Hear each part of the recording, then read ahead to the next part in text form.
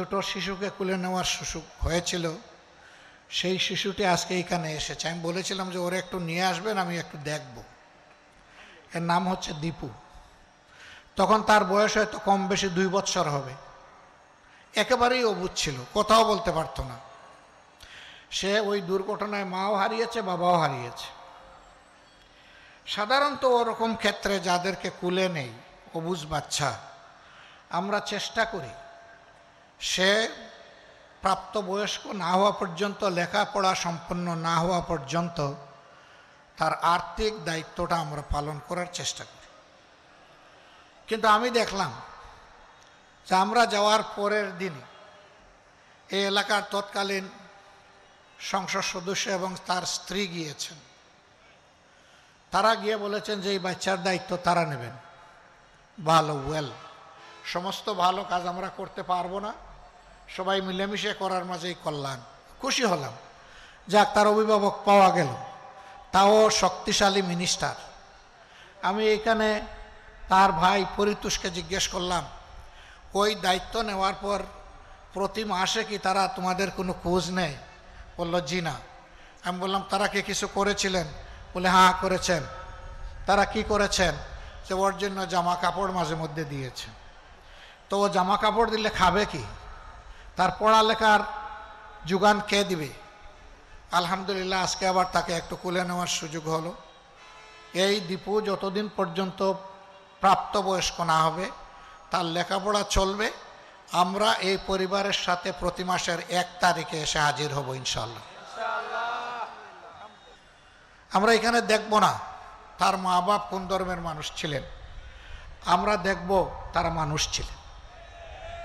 আমরা মানবতাকে টুকরা টুকরা করতে চাই না। আমরা ছোট্ট একটি দেশ, বিপুল সংখ্যক মানুষ, এই সবগুলা মানুষ আমরা মিলেমিশে থাকতে চাই, চলতে চাই। এর মাঝেই আমাদের গর্ব, এর মাঝেই আমাদের সৌন্দর্য, এর মাঝেই আমাদের শান্তি নিহত। এখানে একটা কথা একেবারেই সাফ, এই কথাটি হচ্ছে আমরা এই দেশে কোনো মেজরিটি এবং মাইনরিটি মানি না। আমি আস্তে আস্তে রতনবাবুর বক্তব্য শুনছিলাম, তিনি বলেছিলেন আমি সংখ্যালঘু সম্প্রদায়ের একজন মানুষ। এই কথা আর বলবেন না। কিসের সংখ্যালঘু আর কিসের সংখ্যাগুরু? এই দেশে যেই জন্ম নিছে সেই দেশের গর্বিত নাগরিক। আমরা নাগরিকদেরকে কোনো ভাগ বাটোয়ারা ধর্ম কিংবা দলের ভিত্তিতে করার পক্ষে নয়। এই বদ হাসলত ছিল অতীতের পতিত স্বৈরাচারের। তারা এই জাতিকে ভেঙে টুকরা টুকরা করে মুখামুখি লাগিয়ে রেখেছিল।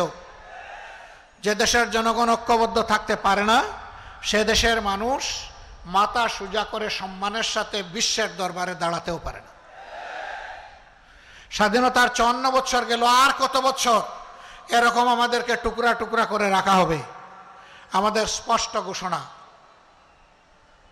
আমরা কোনো মেজরিটি এবং মাইনরিটি মানি না। আমরা সবাই মিলে ইউনিটি, একটাই জাতি আমরা।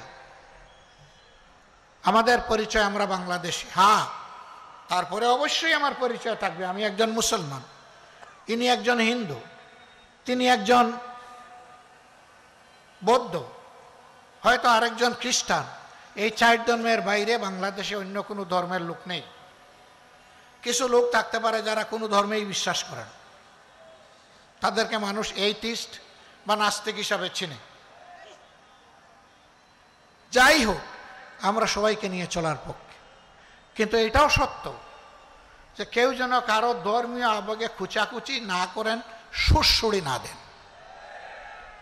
এটা আমরা একেবারেই ঘৃণা করি, পছন্দ করি না। এরকম যদি কোথাও কোনো কিছু ঘটে, আমরা বলবো যে সম্প্রদায়ের মানুষ এটা করবে, প্রথম ওই সম্প্রদায়ের